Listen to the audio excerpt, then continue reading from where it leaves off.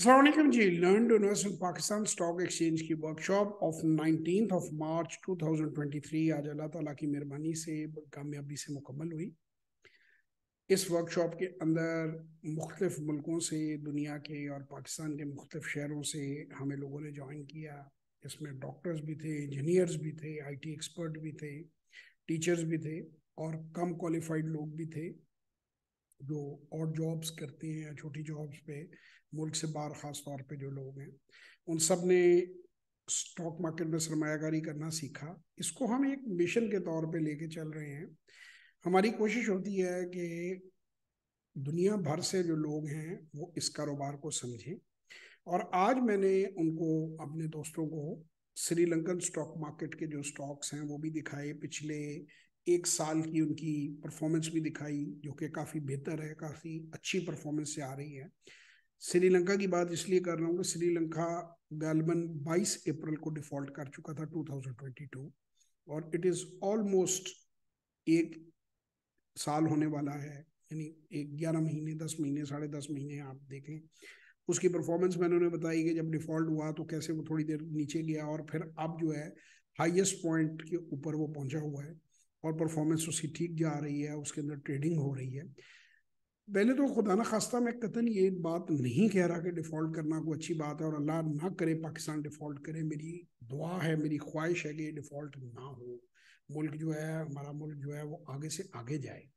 लेकिन जैसे मैं रिपीटेडली आपको ये बात बता चुका हूँ कि डीवैल्यूएशन जब होती है तो आपके पास जो एग्जिस्टिंग एसेट होते हैं उनकी वैल्यू बढ़ जाती है।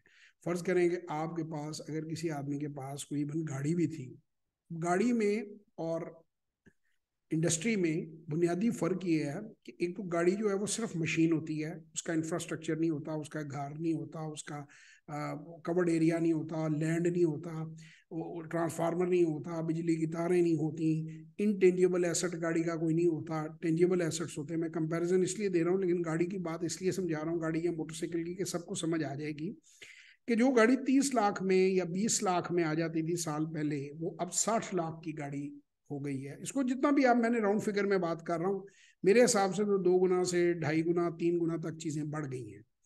लेकिन बहरहाल आप उसको जो भी आपको ठीक लगती है प्राइस का बेस लाइन लगा लें। तो अगर थोरेटिकली देखें तो गाड़ी जिस बंदे ने लेके गैरेज में रखी और जिसने बैंक में पैसे रखे, वो गाड़ी वाला जो है उसके पैसे बढ़ गए हैं। अब इमेजिन करें कि गाड़ी की जगह एक प्रॉफिटेबल बिजनेस है, एक फैक्ट्री है जो कि जिसका माल बिक रहा है, एक पेट्रोल पंप है जिसका तेल रेगुलरली बिक रहा है, जिसकी वायबिलिटी फिजिबिलिटी बनती है।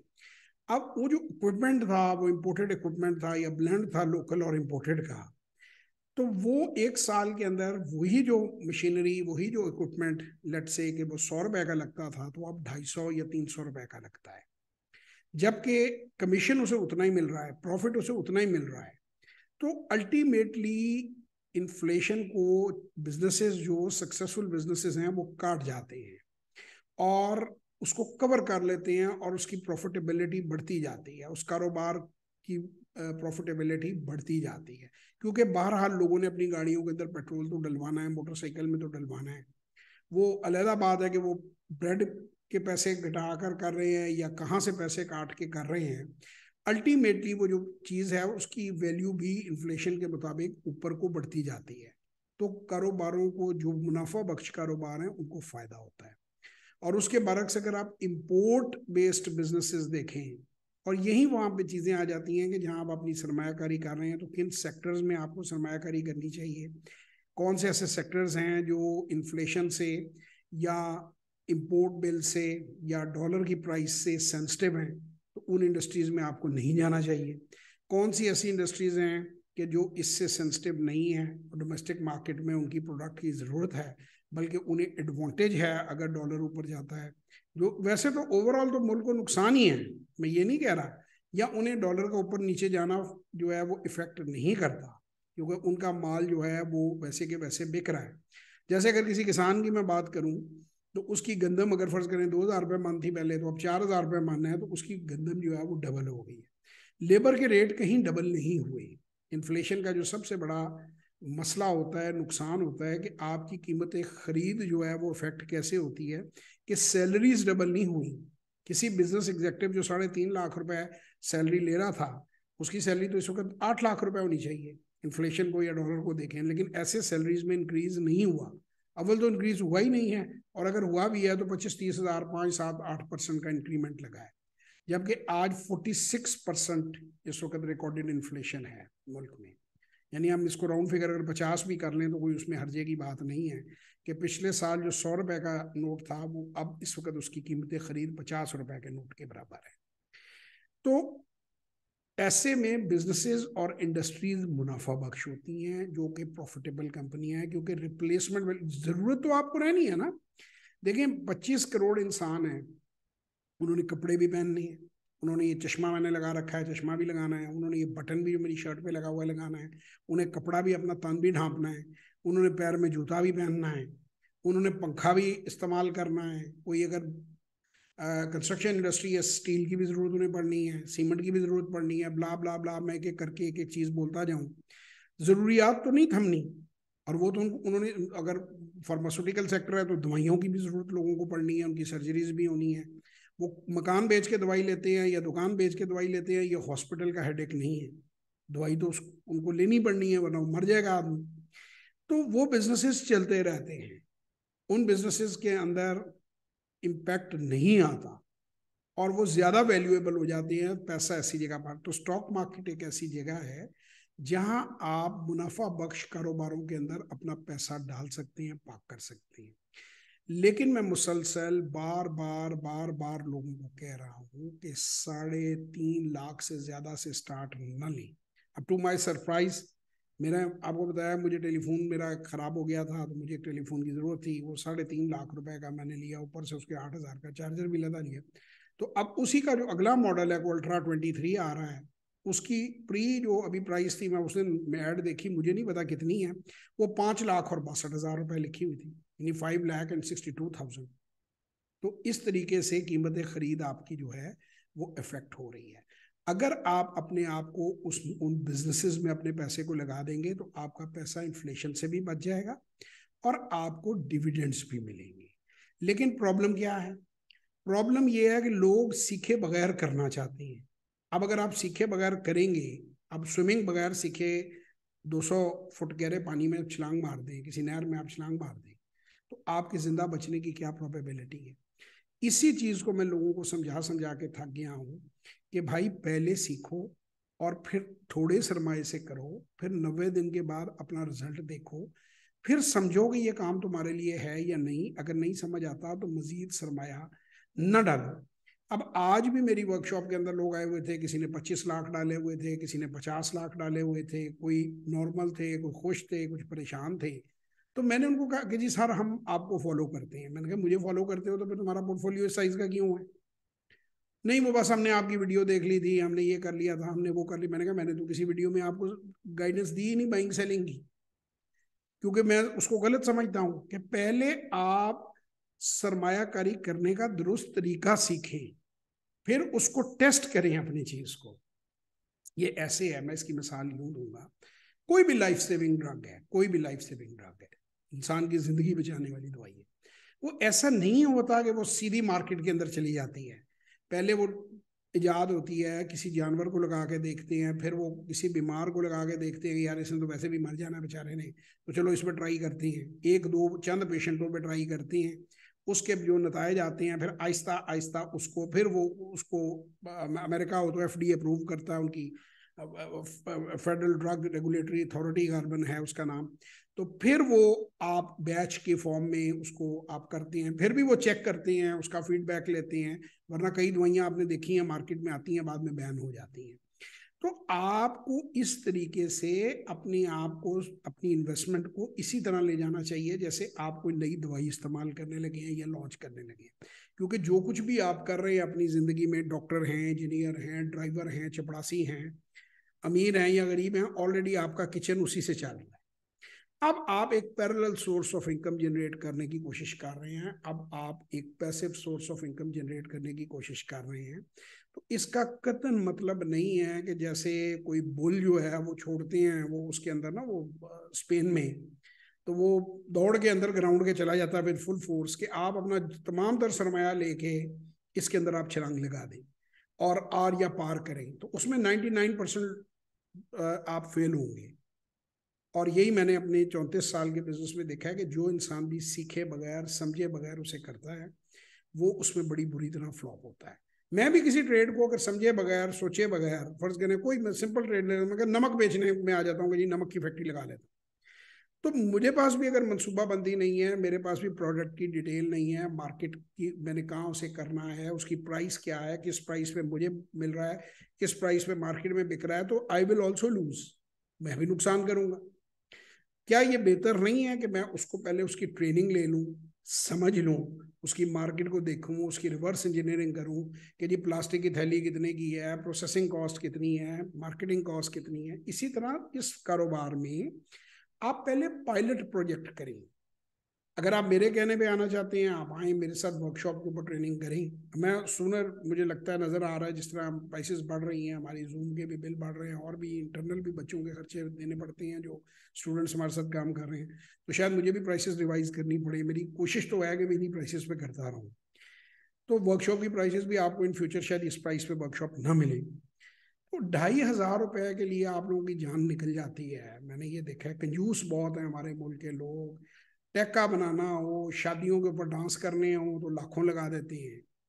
अपनी तालीम के ऊपर जो है वो आप 2-4 हज़ार रुपया भी नहीं खर्च करते। लाख लाख रुपए, 50-50 हज़ार रुपये महीने की आप बच्चों को स्कूल में दाखिल कराते हैं, फीसें उनकी देते हैं। उन्हीं बच्चों को 2-2.5 हज़ार की एक वर्कशॉप आप अटेंड नहीं करवाते, या 5,000 रुपये का सेशन है तो वो आप अटेंड नहीं करवाते और लाखों रुपए लूज कर देते हैं। तो जब लूज करने के बाद आना है तो मेरा मशवरा है शुरू करने से पहले आए। उसके अलावा मैं हर वर्कशॉप में जब ओपन होती है तो मैं एक सवाल पूछता हूँ, और नॉर्मली 10-20-30% लोग वो होते हैं जो पहले से काम कर रहे होते हैं और ज़्यादातर नए होते हैं। तो मैं उनको एक बात बताता हूँ कि एक मैकेनिक था, जो ये होता है वर्कशॉप के ऊपर ना, जो मोटरसाइकिल की आपको ट्यूनिंग करनी, छोटे को सिखाता है या बंदे को शागिर्द को ट्रेन करता है। तो उस मैकेनिक के पास जो है एक शागिर्द आए दो सीखने के लिए। एक शागिर्द जो है उसने कहा जी मैंने 6 महीने पहले फलां जगह पे काम किया हुआ है। दूसरा कहता जी मैंने बिल्कुल काम नहीं किया हुआ, मैं बिल्कुल कोरा हूँ। तो उसने कहा जो कोरा है तुम्हें 6 महीने लगेंगे और तुम्हें 5,000 रुपया मैं तुमसे फीस चार्ज करूंगा और तुम्हें मैं ट्रेनिंग दूंगा, 6 महीने में तुम्हें मैं बना दूंगा एक अच्छा मैकेनिक। और जो उसने पहले काम किया हुआ था उसे कहा कि तुमसे 10,000 रुपये लूंगा और तुम्हें 1 साल लगेगा। उसने कहा यार ये मुझे क्यों 1 साल? उसने कहा पहले 6 महीने तो जो गलत सीख के आए हो वो ठीक करना पड़ेगा। सो ये जो भांत भांत का वो क्या कहते हैं कुंभा आप लोग बना लेते हैं, कोई वीडियो कहीं की देख ली, कोई अफ्रीका की देख ली, कोई जापान की देख ली, कोई इंडिया की देख ली, कोई श्रीलंका की देख ली और कोई मेरी भी देख ली। उनको एक एक मलगूबा सा तैयार करके आपने अपना एक फार्मूले बना लिए और उसके ऊपर आपने अप्लाई करने शुरू कर दिए, तो वो भाईजान उसमें कामयाबी की प्रोबेबिलिटी बहुत ही लो है। या इसी बात को मैं एक और तरीके से ये भी मैंने कई बार लोगों को बताया है कि गांव में भैंस जो होती है वो एक बहुत बड़ी प्रॉपर्टी होती है, समझिए लैंड क्रूजर होती है उनकी, कि वो उनको उनके बच्चों को दूध भी देती है, रोटी भी देती है, और वो दूध बेचकर कुछ ना कुछ उनकी सरप्लस इनकम गांव के लोगों के अंदर होती है। तो गांव में देहात में हमारे यहाँ पंजाब में अगर किसी को बड़ी बददुआ किसी ने देनी हो ना तो वो कहते जा तेरी मझ मर जाए, तेरी भैंस मर जाए ला करके, यानी उसके एक सोर्स ऑफ इनकम खत्म हो जाता है ना। तो एक आदमी था, उसकी भैंस बीमार हो गई, वो बीमार हुई तो अपने दोस्त के पास चला गया। उसने कहा जी इसको फलां गुड़ की फक्की दो। उसने फक्की दी, उसने कहा यार वो तो ठीक नहीं हुई। उसने कहा अच्छा इसको नेक्स्ट डे ये दो। 7 डेज 7 दिन वो रेगुलरली उसके पास जाता रहा अपने दोस्त के पास और उससे फार्मूले लेता रहा। 7वें दिन वो बड़ा परेशान हो गया, उसके पास गया, उसने कहा यार मेरी भैंस मर गई। कहता अच्छा तुम्हारी मर गई है? मेरी भी ऐसे ही मरी थी, इन्हीं स्टेप्स में से मरी थी, उसने भी उसे भी यही मैंने दवाइयां दी थी। तो भाई खुदा के बंदो, काम को पहले सीखो, उसको पहले समझो, फिर उसका पायलट टेस्ट करो, फिर उसका रिजल्ट देखो, फिर बड़े पैमाने पे। लीन स्टार्टअप एक एरिक रीज की किताब है, जरूर पढ़े। वो भी यही कहती है कि कोई भी काम बड़ा करने से पहले उसको छोटे पैमाने पे करो। पहले छोटे पैमाने पे उन स्ट्रेटजीज को आजमाओ, अगर वो कामयाब हैं तो फिर उन्हें बड़े पैमाने पे लेकर जाओ। तो जहां मोबाइल 5.5-6 लाख रुपए के हो गए हैं, वहां मैं लोगों को ये कहता हूँ कि 3-3.5 लाख से, अब जिसके पास 3-3.5 नहीं है, 1.75 है भाई, वो 1.75 से शुरू कर ले। वो कहे जी 1.75 नहीं, मेरे पास 95 है, तो यार 95,000 से शुरू कर लो। पहले छोटा स्टार्ट लो, समझो, उसके साथ एक्सपेरिमेंटेशन करो, फिर आहिस्ता आहिस्ता आपके रिजल्ट्स आपको बताते हैं अब एक और मिसाल दूंगा, आज वीडियो थोड़ी सी लंबी हो जाएगी, लेकिन मेरे काफ़ी सारी बातें मेरे अंदर जो कहता हूँ कि इकट्ठी हो जाती हैं जब मैं सेशंस लेता हूँ, वर्कशॉप्स लेता हूँ। एक आप नए आदमी हैं, मतलब मैं अपनी बात करता हूँ, चले मैं सबसे पहले अपने आप को सामने रखता हूँ। मैं बस नहीं चला सकता, मुझे बस ड्राइविंग नहीं है, मैंने ना कभी जिंदगी में ना रोड रोड चला सकता हूँ, ना बुलडोजर चला सकता हूँ। अब फर्ज करें कि मैंने ये सीखना है, ना ट्रक चला सकता हूँ, मैंने हमेशा गाड़ी ड्राइव की है या जीप वगैरह ड्राइव की है, जो व्हीकल्स हैं, मैंने कभी ये बड़ा व्हीकल नहीं चलाया। एक तरीका है कि मैं बसों के स्टेशन पे डायरेक्ट चला जाऊं और बस जो है उसको गियर में डाल दूं और उसको मैं कहूँगा जी बेसिक तो मुझे ड्राइविंग की आती है, मैं उसको चला दूँ। उसके नतीजे में मैं बस भी डैमेज कर दूंगा, हो सकता है मैं पब्लिक प्रॉपर्टी भी डैमेज कर दूं, किसी और बस में टक्कर मार दूं या किसी को नीचे दे दूं, क्योंकि उसका ना मुझे ब्रेक सिस्टम पता है ना मुझे उसके बाकी निज़ाम आते हैं।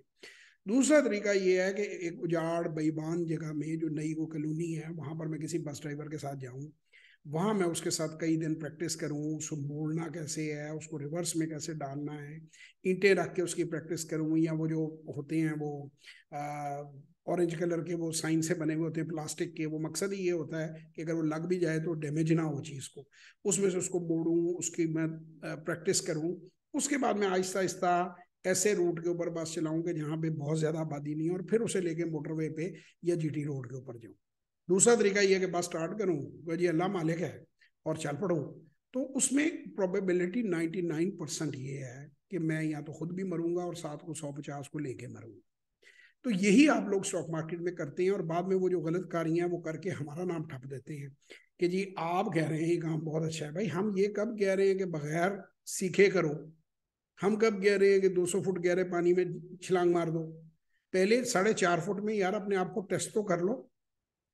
तो इसमें चंद बातें हैं जो कि मेरा प्रोग्राम, इसीलिए मैंने ये प्रोग्राम दिया, बाकी वो I am not making that much of money out of it. It is more a social cause, it is more एक सर्विस है कम्युनिटी की। लेकिन ऑब्वियसली एक लेवल तक ही मैं सर्विस दे सकता हूँ, मेरे अपने टाइम की भी कीमत है, मेरी भी फैमिली है, मैंने भी अपने काम करने हैं। इसके अंदर मैं लोगों को बार बार ये बात कहता हूं कि पहले सीखें फिर करें, एकदम मत कूदें, क्योंकि जो लोग मार्केट में रोते हुए आपको दास्तानें सुनाते हैं वो इसी बात की सुनाते हैं। अब देखिए मुझे 34 ईयर्स हो गए हैं इस काम, मैंने तकरीबन 50,000 से ज्यादा लोगों को मैं ट्रेन कर चुका हूँ, डायरेक्टली और इनडायरेक्टली। मेरे साथ रोज शाम को स्विमिंग करते हुए हफ्ते में एक दो बार दो लड़के हैं, मैं उनको दो लौंडे कहना चाहिए मुझे। उन्होंने कोई आईटी का कोई छोटा मोटा, वैसे उनकी शक्लों से तो नहीं लगता कि उन्होंने कोई कहीं से कोई ग्रेजुएशन की हुई है, बहरहाल वो क्लेम करते हैं, आई एज्यूम के सच बोलते हुए। वो मेरे साथ बैठ के रोजाना झूठ बोलते हैं कि हमने बिटकॉइन में ये कर लिया, हमने बिटकॉइन में वो कर लिया, हम ये कर रहे हैं। अब वो कह रहे थे अब हम चैट जीपीटी का वर्जन 4 आ गया, उससे हम पता नहीं कौन से सॉफ्टवेयर डेवलप करेंगे और पैसे कमाएंगे। तो मैंने उनसे सवाल पूछा कि जी आपकी इन्वेस्टमेंट कितनी है मार्केट में? कहते हैं जी 2 लाख रुपए, विच आई एम श्योर कि वो 2 लाख भी नहीं होगी। उनकी शक्लों से, उनके होलियों से जो बातें जाहिर होती हैं, वो अभी तक बाप के कंधों पे सवार होंगे और खून चूस रहे होंगे पैरासाइट्स की तरह। जैसे हमारे मुल्क में आधा पाकिस्तान जो है वो अपने अपने वालदैन के गुनाह जो है वो माफ़ नहीं कर रहा, कि उन्होंने पैदा किया तो कहते हैं 40-50 साल की उम्र तक आप ही हमें खिलाएं, आप ही हमारी शादियां करें, आप ही हमारे बच्चों के पैम्पर के पैसे भी दें। तो बार वो मेरे साथ बैठ के रोज झूठ बोलते हैं, और फिर उसके बाद थोड़ी देर बाद मुझसे पूछते हैं वहां से कि सर आजकल बताएं कौन से स्टॉक्स अच्छे हैं। मैंने कहा यार आप तो ऑलरेडी बहुत अच्छा प्रॉफिट कमा रहे हो, तो मुझे आपसे सीखना चाहिए, आप मुझसे पूछ रहे हैं। नहीं नहीं नहीं सर आप एक्सपर्ट हैं। मैंने कहा मैं काहे का एक्सपर्ट हूँ? मैं 33-34 साल से एक ही चीज में लगा हूँ, मैं तो बिटकॉइन से पैसे कमा नहीं सका। मैंने तो अपनी जिंदगी के टाइम इतने ज़ाया किए। वो जो टपा टप वाले साहब हैं जिनके वारंट निकले हुए हैं गिरफ्तारी के, जो भागे हुए हैं, तो भाई ये शोबदाबाज लोग हैं, ये फ्रॉड लोग हैं, फॉरेक्स वाले, कमोडिटीज वाले। मैं यहाँ मेरे शागिर्द आधे मार्केट में बैठे हुए हैं, पाकिस्तान मर्केंटाइल एक्सचेंज का मैं आपको बता रहा हूँ कि बड़े लोगों का बेड़ा गर्क इन्होंने किया है।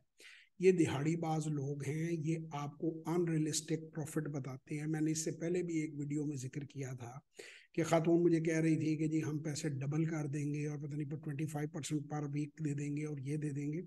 मुझे एक बात बताएं, मैं 34 साल मैं एक इज्जतदाराना जिंदगी गुजार रहा हूँ, 33 से ज्यादा ममालिक में फिरा हूँ, शेप्स का मेंबर हूँ, 12-14 लाख रुपए की शेप्स की मेंबरशिप हो गई। मैंने तो बहुत सस्ती ली हुई, पुराने ज़माने में ली हुई है, मुझे तो 27 साल हो गए वहाँ जाते हुए।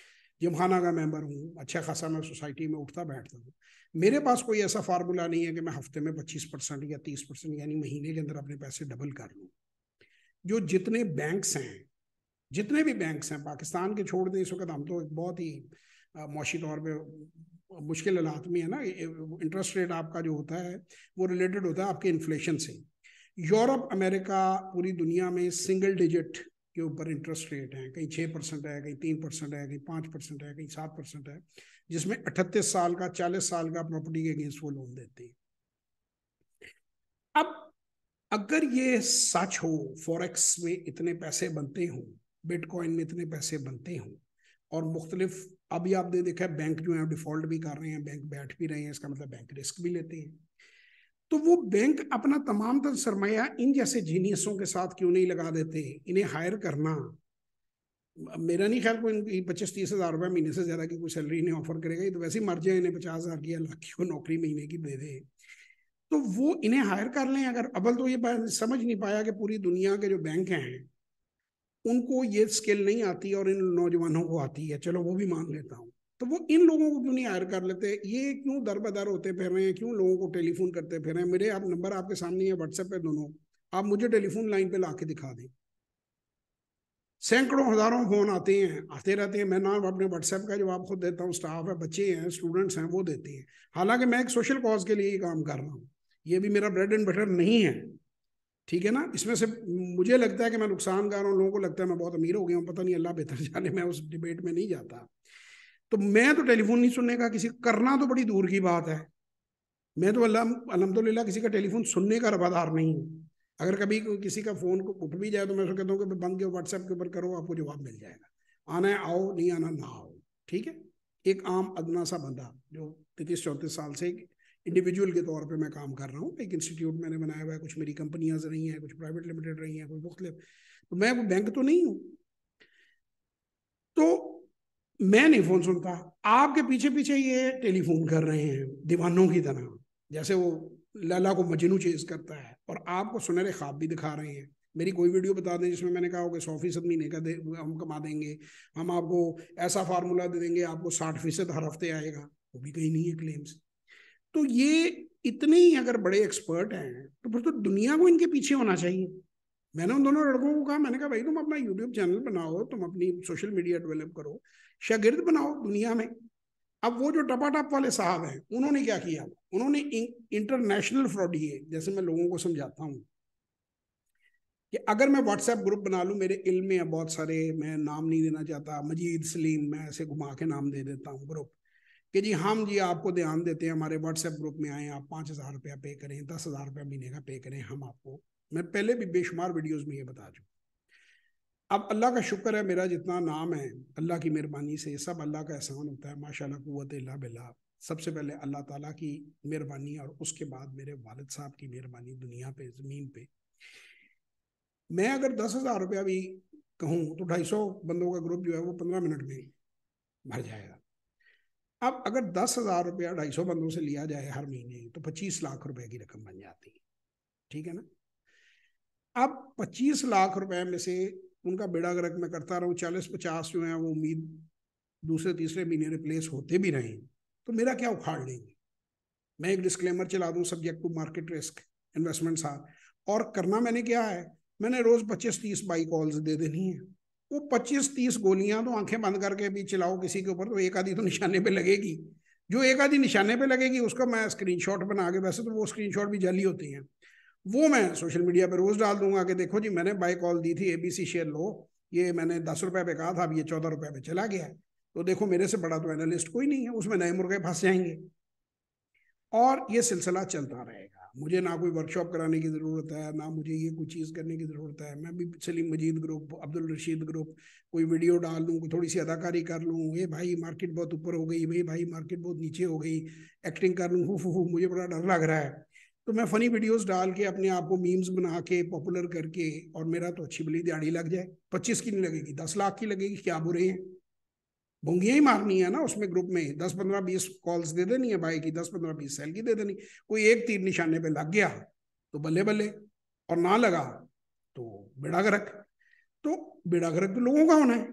अगर मैं इतना बड़ा एक्सपर्ट हूँ जो कि ऐसे अनरियलिस्टिक प्रॉफिट बना लेता हूँ, बट मुझे कोई व्हाट्सएप ग्रुप चलाने की जरूरत नहीं। मैं कोई व्हाट्सएप ग्रुप ऐसा नहीं चलाता जिसमें मैं बाय सेल कॉल दूँ। क्यों दूँ भाई मैं बाय सेल कॉल? मुझे क्या जरूरत है? मैं इज्जत से अपने पैसे कमा रहा हूँ, सिखा मैं रहा हूँ। मैं आपको बता रहा हूँ कि 2014 से पहले मैं क्यों नहीं सिखा। मैं तो पैसे बहुत चार्ज करता था 2014 से पहले।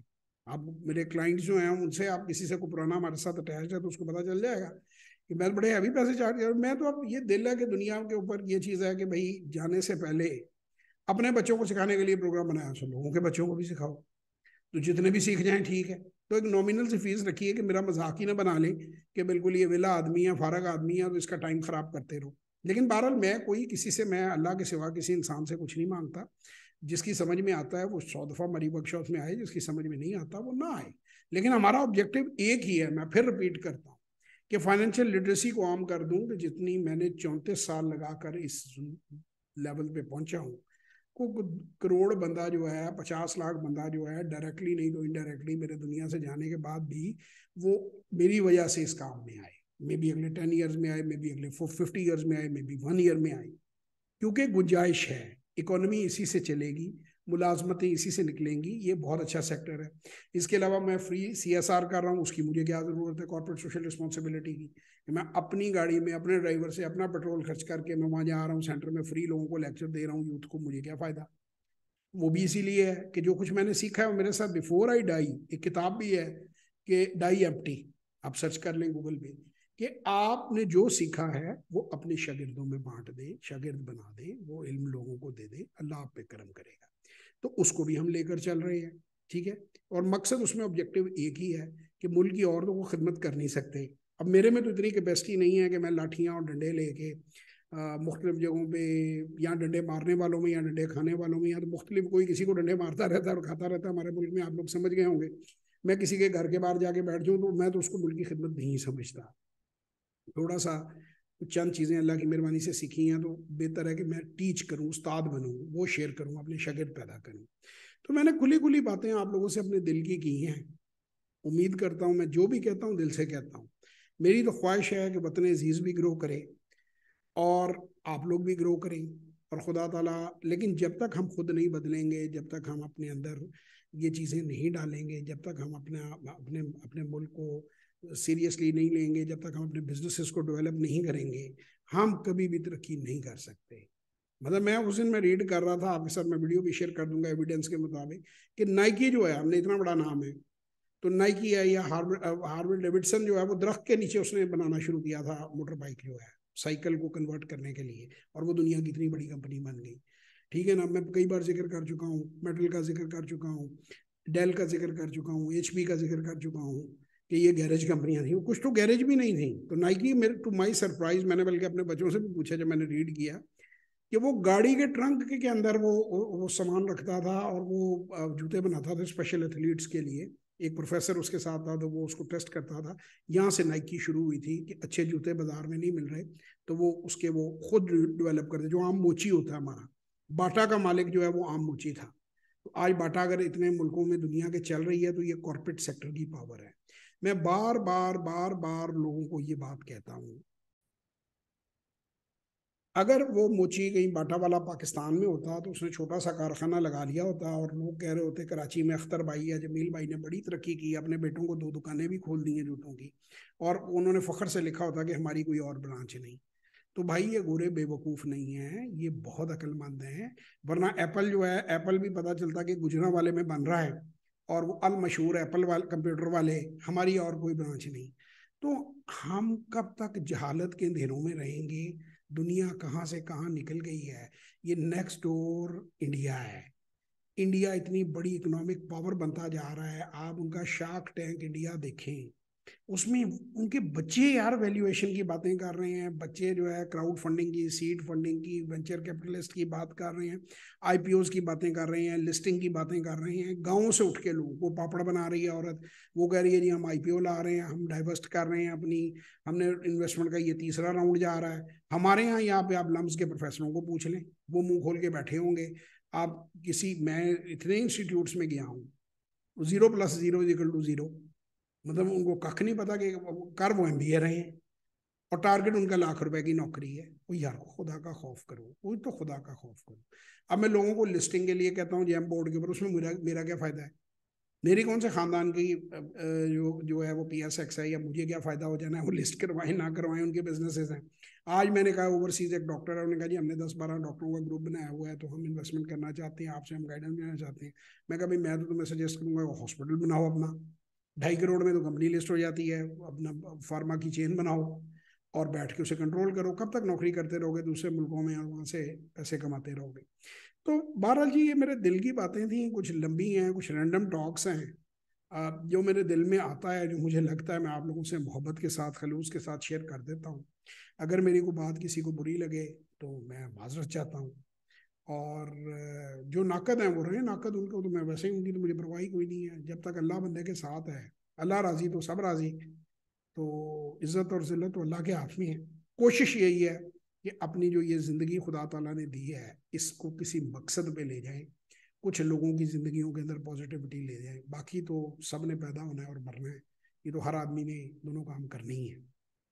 वो पैदा तो हो चुके, जो हो सकता है वो खुद अपने बच्चों के लिए भी कर रहे हैं और कोशिश कर रहे हैं कि कौम के बच्चे भी सीखें। आप लोगों से एक ही गुजारिश है, अगर आपको मेरी वीडियोस में सच्चाई नज़र आती है, अगर आपको मेरी बातों में सच्चाई नज़र आती है, तो आप इसे ज़्यादा से ज़्यादा अपने इर्द गिर्द फॉरवर्ड करें, ख़ास तौर पे अनएम्प्लॉयड और यंग लोगों के साथ, क्योंकि नौकरियां अब नहीं मिलनी है, नौकरियां डे बाय डे मुश्किल हो जानी है। बेहतर है अपने छोटे कारोबार लगाएं। कारोबार लगाएंगे, हर बंदा कारोबार लगाएगा तो नौकरियां जनरेट होनी शुरू हो जाएंगी। ऑन्टरप्रन्योर की शिप की तरफ आएंगे, नौकरियां जनरेट होनी शुरू होंगी। Pakistan still I believe so is a land of opportunities. मैं बिल्कुल भी मायूस नहीं हूँ पाकिस्तान से, लेकिन पाकिस्तानियों को ट्रेन होना चाहिए, पाकिस्तानियों को सीखना चाहिए कारोबार बनाने, और कारोबारों की तरफ आना चाहिए और हिम्मत करनी चाहिए। जॉब माइंड फ्रेम को चेंज करना चाहिए।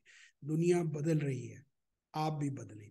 इसी तरह जो IT के लोग हैं, मेरा उन्हें एक ही मैसेज है, यहाँ फ्रीलांसिंग आजकल बहुत फैशन में। मैंने 1-2 बार शाम सरवर साहब को भी लेने की ऑन लूप कोशिश की, तो वो शायद ये समझिए कि मैं उन्हें लोअर कर रहा हूँ, वो मार्केट में इन्वेस्ट करें। उनका भाई मैंने इन्वेस्टिंग, मैंने कहा मैं इंटरेस्टेड ही नहीं हूँ आपको मार्केट में इन्वेस्ट करवाने में। मैं तो सिर्फ ये बता रहा हूँ कि जो फ्रीलांसर इतने आप बनाते जा रहे हैं, इनको कहें कि अपनी कंपनीज फॉर्म कर लें, अपनी सर्विसेज फॉर्म कर लें। एक पब्लिक लिमिटेड कंपनी करोगे, आधी दुनिया से तुम्हारी पार्टनरशिप हो जाएगी।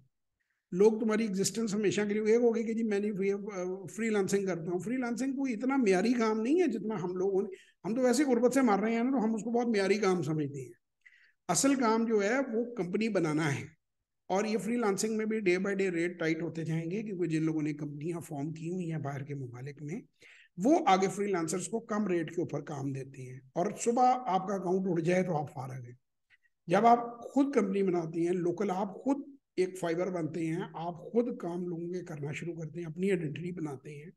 ये नेक्स्ट डोर इंडिया देखें जरा, कंपनियां कितनी हैं, तो आपका फिर वैल्यू बनती है। तो मैं तो उन्हें ये बात समझाना चाह रहा था कि 2.5 करोड़ में कंपनी बन जाती है। 2.5 करोड़ इतनी आप यहाँ पे हर जो शोखा है वो लेके, तो वो फॉर्च्यूनर फिर रहा था जी मैंने इतने महीने ये काम किया, मैंने फॉर्च्यूनर ले ली। और खुदा के बंदे को कंपनी लिस्ट कराओ, 2.5 करोड़ में कंपनी लिस्ट हो जाती है। रखो 10-20-30 फ्रीलांसर अपने साथ मिलाओ, 10-20 लाख रुपए डालो, एक कंपनी लिस्ट कराओ, उसका नाम ले जाओ दुनिया के हर कोने में, MOU साइन करो, पार्टनरशिप साइन करो, ओवरसीज ऑफिस बनाओ।